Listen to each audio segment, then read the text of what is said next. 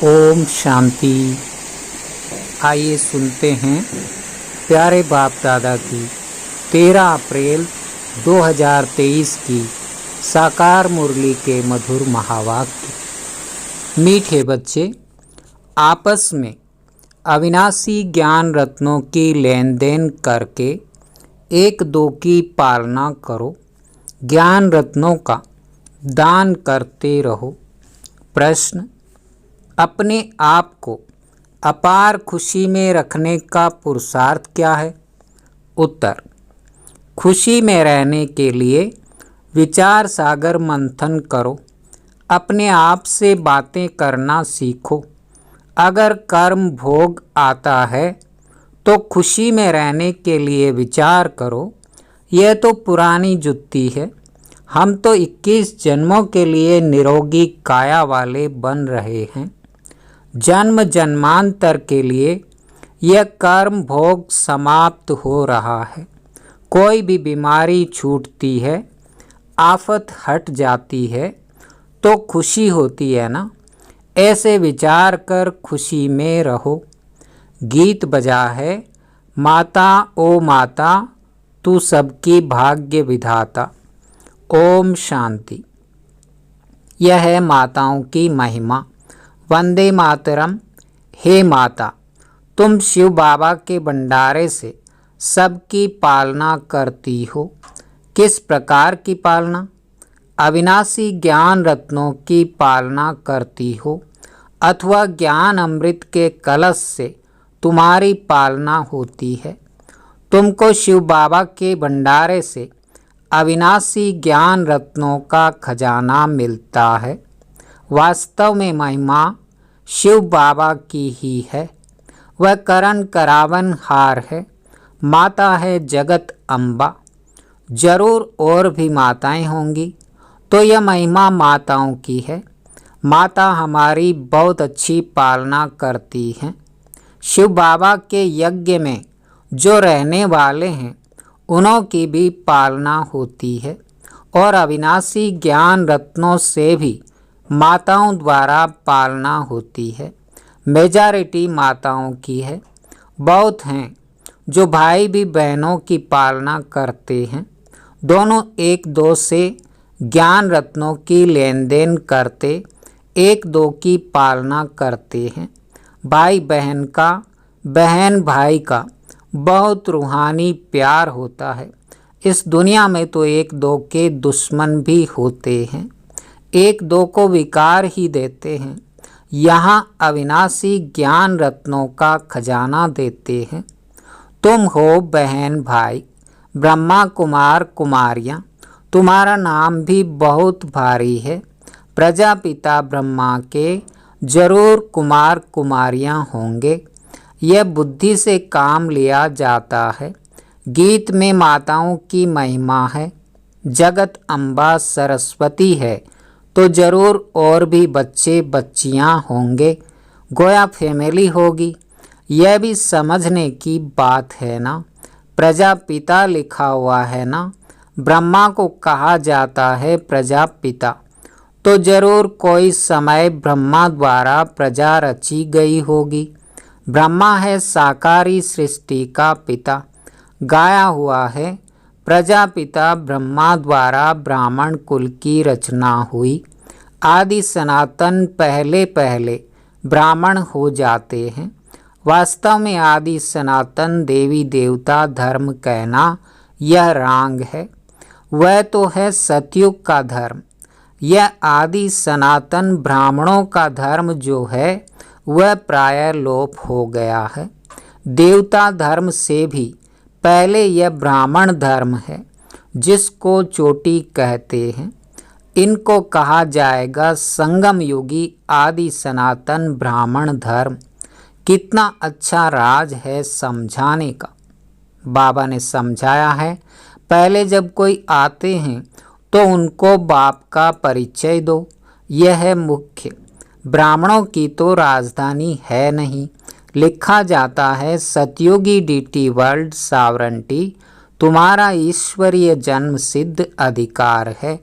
देवी देवता धर्म तो बरोबर है, परंतु उन्हों को यह राजधानी कब और कैसे मिलती है वह भी समझाना पड़ता है। इसलिए त्रिमूर्ति चित्र सामने रखना जरूर है। इसमें लिखा हुआ है स्वर्ग की बादशाही जन्म सिद्ध अधिकार है। किस द्वारा वह भी लिखना पड़े। यह बोर्ड बनवाकर हर एक अपने घर में लगा दें। जैसे गवर्नमेंट के ऑफिसर्स के बोर्ड होते हैं ना, कोई पास बेज मेडल्स रहते हैं, सबकी अपनी अपनी निशानी होती है। तुम्हारी भी निशानी होनी चाहिए। बाबा डायरेक्शन देते हैं, अमल में लाना तो बच्चों का काम है ना, तो कुछ विहंग मार्ग की सर्विस हो, यह बहुत मुख्य चीज़ है।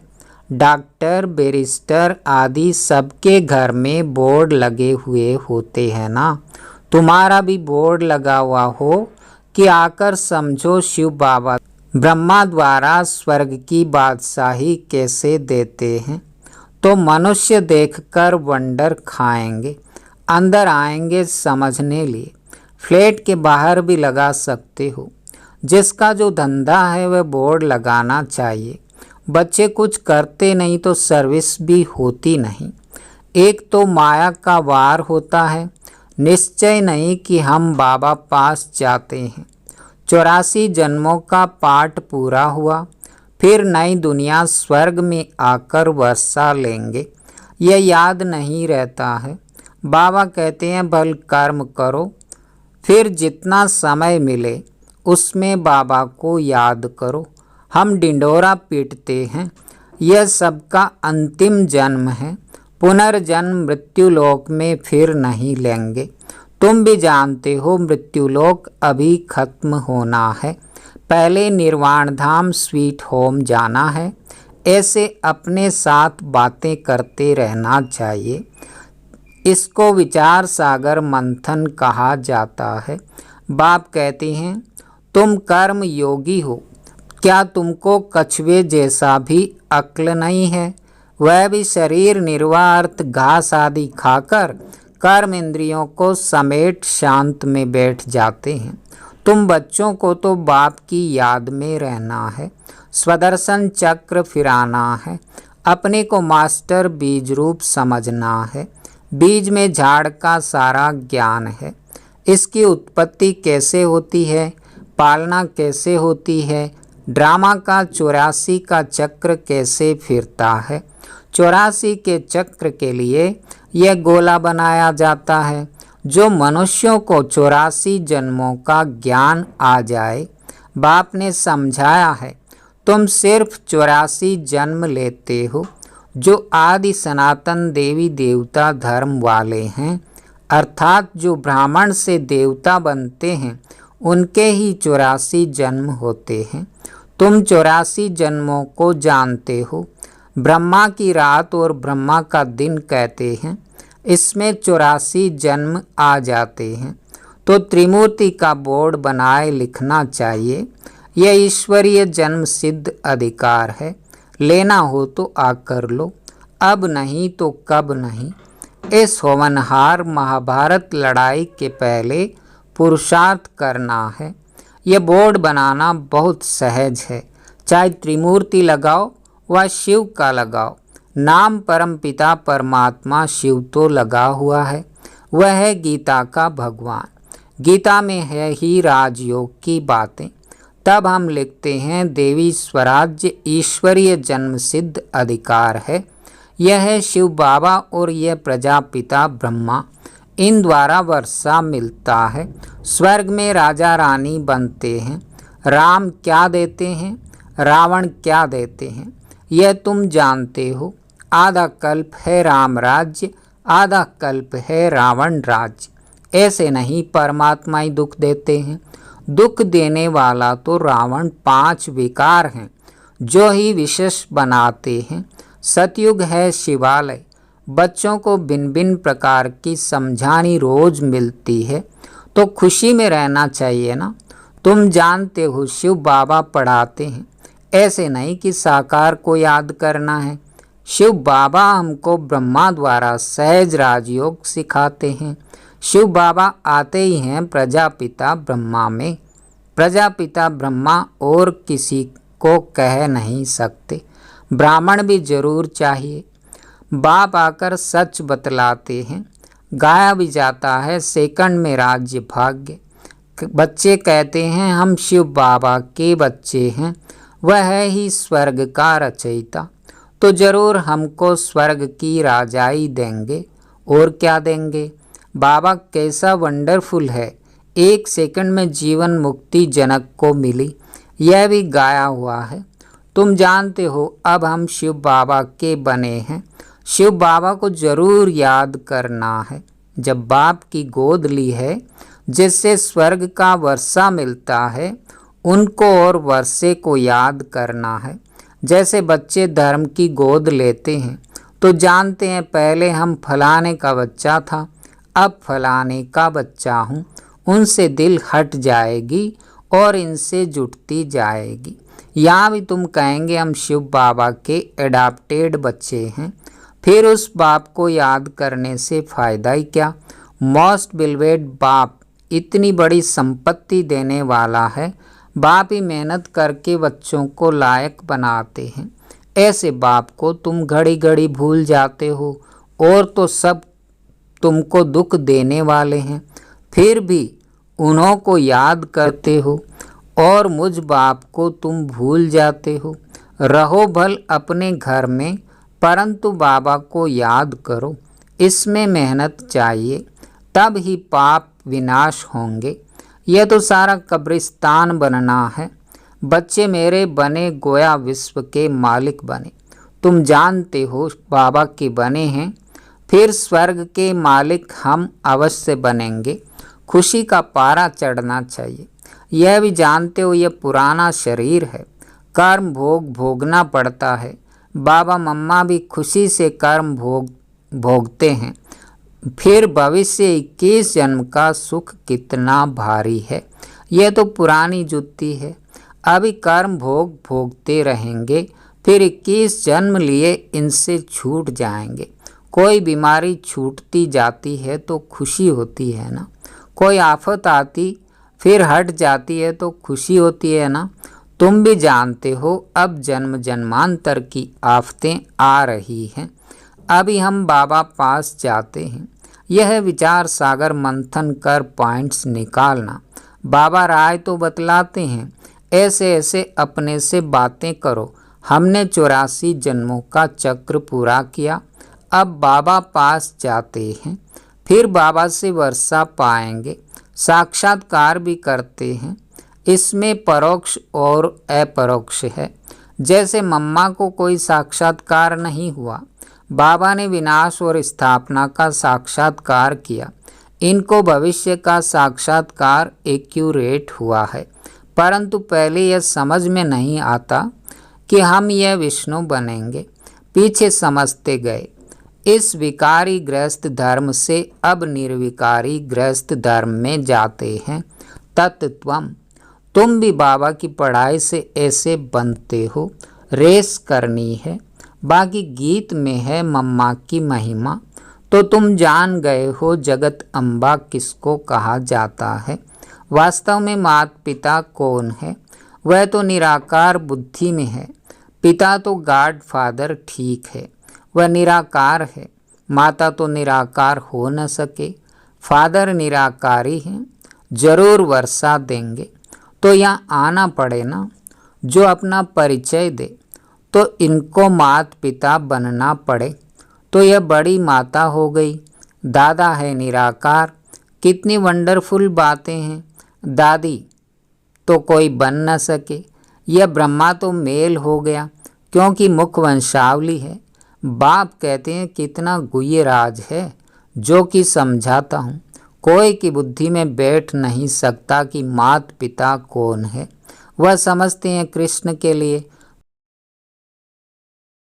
फर्क सिर्फ यह किया है, इसको कहा जाता है एकज भूल।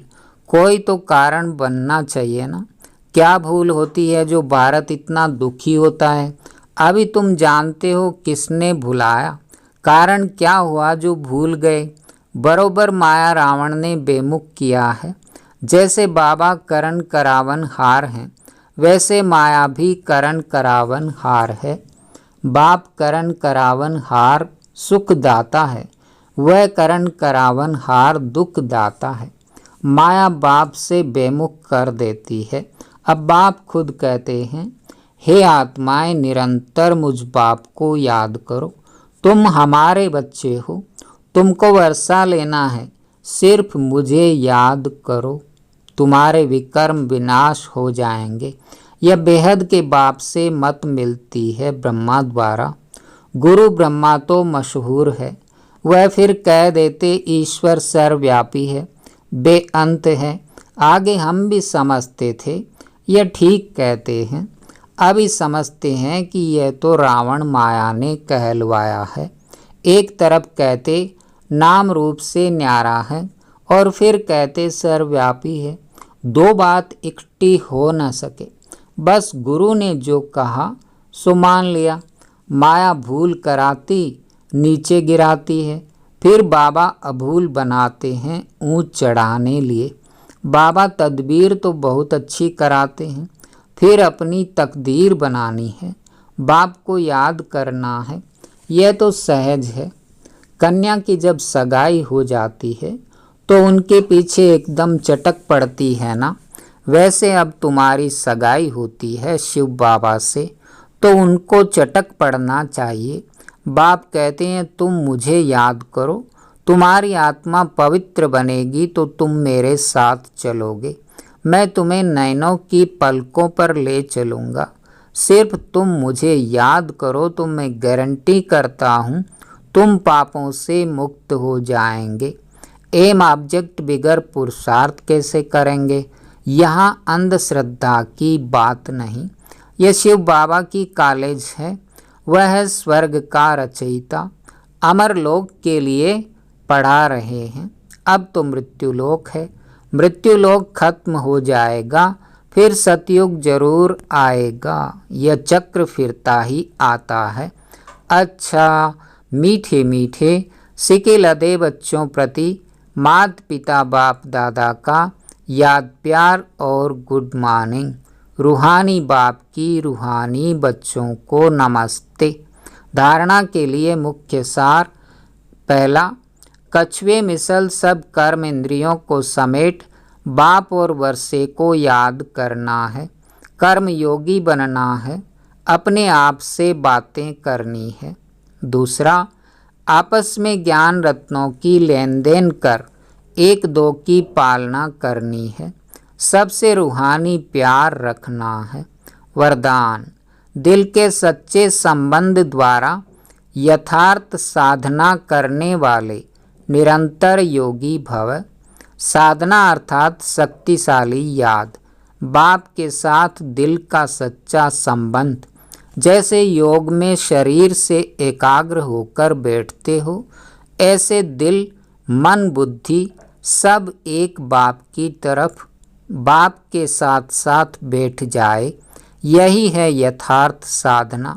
अगर ऐसी साधना नहीं तो फिर आराधना चलती है, कभी याद करते कभी फरियाद करते। वास्तव में याद में फरियाद की आवश्यकता नहीं है।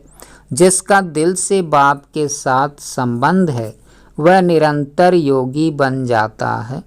स्लोगन, करावन हार बाप है। इसी स्मृति से बेफिक्र बादशाह बन उड़ती कला का अनुभव करते चलो। ओम शांति, ओम शांति।